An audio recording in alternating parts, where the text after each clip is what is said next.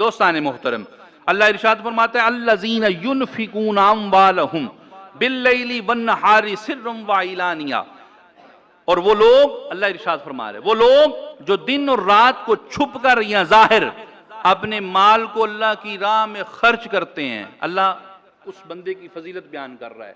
اس آیہ مبارکہ کے تحت حضرت امام علی رضا علیہ السلام، والی خراساں، مشہد کا بادشاہ، آپ حضرت فرماتے ہیں کہ یہ آیہ مبارکہ میرے جد امجد مولا علی علیہ السلام کے لیے نازل ہوئی ہے جی۔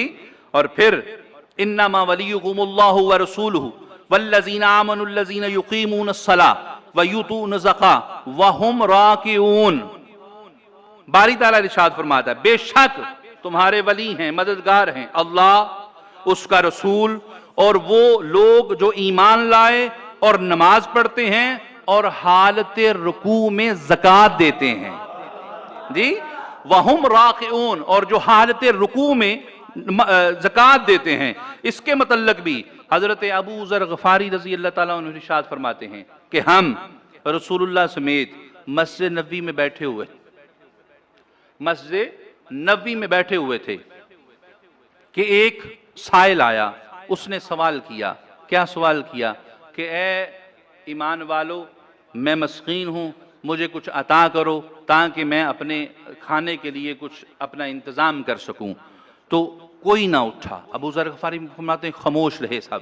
اتنے میں وہ جو سائل تھا اس نے بلند آواز سے کہا الہی گواہ رہنا، میں نے تیرے محبوب نبی حضرت محمد مصطفیٰ صلی اللہ علیہ وسلم کی مسجد میں آ کے سوال کیا تھا کہ مجھے کچھ عطا کرو، کسی نے عطا نہیں کیا، الہی گواہ رہنا، یہ کہنا تھا۔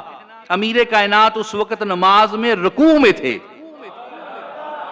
علی ابن ابی طالب علیہ السلام رکوع میں تھے، وہم راکعون، مولا رکوع میں تھے۔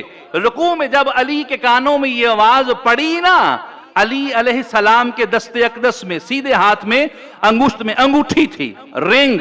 امیر کائنات علی ابن ابی طالب علیہ السلام نے رکوع کی حالت میں اپنا ہاتھ اس سائل کی طرف بڑھا دیا، سائل کی طرف بڑھا دیا۔ سائل سمجھ گیا کہ یہ انگوٹھی مجھے عطا ہو رہی ہے۔ سائل نے انگوٹھی اتاری، جزاک اللہ خیرن کثیرہ کہا، مسجد سے باہر نکل گیا۔ ادھر رخ مصطفیٰ پہ مسکراہٹ آ گئی، حضور مسکرا گئے، مسکرا پڑے۔ ابو ذر غفاری فرماتے ہیں میں نے وجہ پوچھی، فرمایا مصطفیٰ نے اے ابو ذر کیا پوچھتے ہو؟ ادھر علی نے اپنی انگوٹھی عطا فرمائی، ادھر جبریل میرے پاس آ گئے اور کیا کہا؟ اللہ کی وحی مجھے ارشاد فرمائی کہ اللہ ارشاد فرماتا ہے انما ولیکم اللہ ورسولہ، کہ اللہ اور اس کا رسول اور جو ایمان والے ہیں وہ مددگار اور ولی ہیں، اور وہ مددگار ہے جو حالت رکوع میں زکوٰۃ دیتا ہے۔